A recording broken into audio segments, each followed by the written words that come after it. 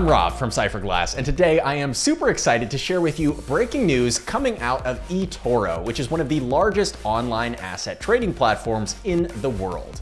Now, eToro is most commonly known, at least in the US, for trading things like currencies and stocks. But recently, eToro came out and announced that they will soon allow their users to trade cryptocurrencies, and hence the title of this video, eToro has announced that they will also allow you to trade EOS. That's right, EOS is coming to one of the world's largest online trading platforms with a demographic that should be interested in crypto.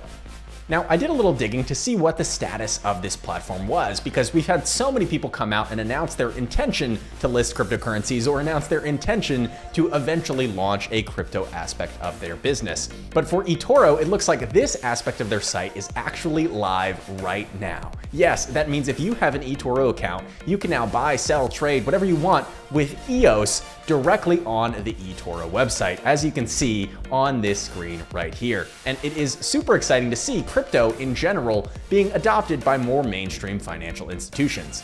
Obviously, we have huge players like ICE through Bakkt, the New York Stock Exchange getting involved with crypto, the Cambridge Associates Endowment Advisory Fund getting involved in crypto, the Yale Endowment getting involved in crypto. But now, this should do a lot to swing that pendulum from the institutional side back over to the retail side and allow so many retail traders on eToro to access the crypto market. So this is big news, not just for EOS, but for the entire crypto market overall.